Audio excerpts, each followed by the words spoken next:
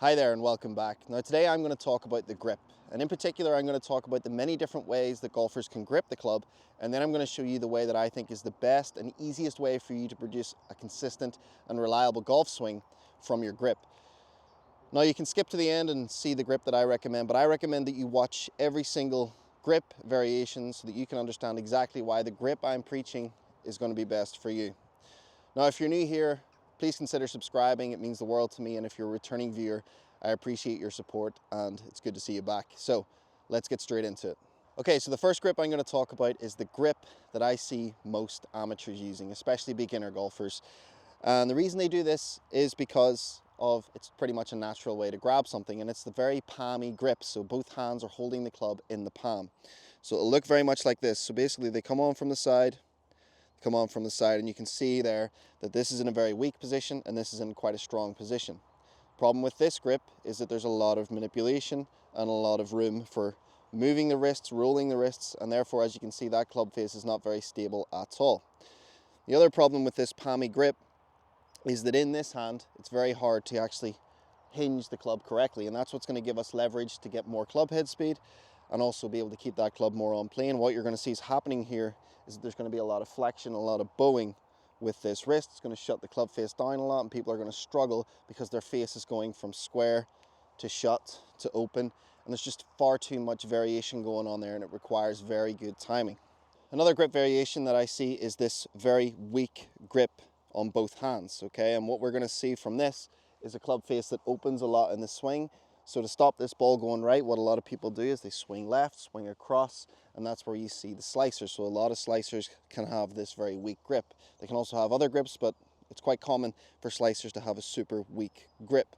It opens the club face, they swing across, clubs open to their path, and they get that left to right spin. Now another variation is the super strong grips. We've got both hands in a very strong position.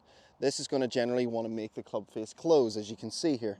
So if the club face closes and I come back to the ball's going to go left. So what most people do from a very strong grip is they try and swing out to the right a lot, and then they get the path going to the right, the face is shut, so they can get draws, but they can also get really uncontrollable hooks. And so it's very much, again, coming down to timing, which is just making it very difficult for you for a sport that's already quite difficult. Another grip as well is the two knuckle, quite neutral grip on both hands. This is a better grip option.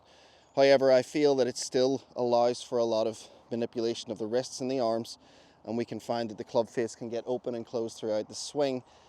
And again, it's quite hard to time that, and we don't want that timing and we don't want that manipulation because it just makes it more difficult. So I'm going to get on to the grip now that I believe is the easiest way for you to grip a golf club, and it's the opposite forces grip, where we have the lead hand in quite a strong position and we have the trail hand in quite a weak position. But essentially all we've done here is we've made sure that the grip is running through the fingers on both hands. So it's in the fingers in the lead hand, wrap over, so it's locked in position. This arm is locked, forearm locked. And then with the trail hand, it's also in the fingers, wrapped over, locked. So these arms, wrists, forearms, everything's locked in position, okay? And if you see here, you can see that it's actually so much harder for me to manipulate that club face. It's actually quite unnatural to actually want to roll your wrists. So it's not going to happen as much in the swing. The advantage of that is it's going to help us keep that club face as close to square as possible throughout the swing. And if we can keep the club face as close to square as possible throughout the swing, then we have a better chance of starting that ball on our intended target line. The other advantage to this grip is that not only can we control the club face, but it's really going to help us get that wrist hinge that we need in the golf swing to really create that leverage, which is going to make it a lot easier to create speed. Your swing is going to feel a lot less, it's going to require a lot less effort. It's going to feel a lot more effortless, is the way to put it. So we don't have to have major overswings. We can simply have the wrists set here, turn, keep it a nice compact backswing, and as those wrists release, we're getting that extra speed through impact, which is actually going to make it so much easier to get distance and also to control your strike because you're not swinging so much further. So the opposite forces grip is the grip that I recommend. It's so much easier to control the face, use your wrists correctly, keep the club on plane, and ultimately hit the ball so much more consistent, so much more online, and so much further.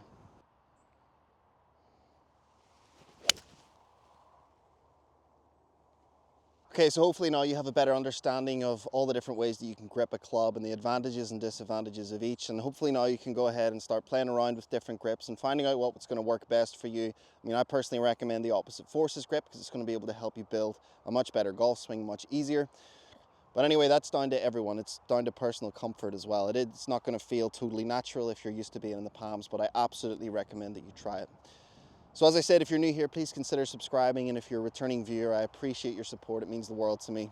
So if you would like to accelerate your growth in this game and improve a lot faster this winter, I'll leave a link in the description to my brand new online course, which includes 10 videos teaching you everything from setup right the way through the swing. And it also includes 8 bonus videos of drills that you can use for each part of the swing as well. I'll leave a link to that in the description, and if you go for it, I'll see you there on the inside. So thanks again for watching this video, and I'll see you in the next one.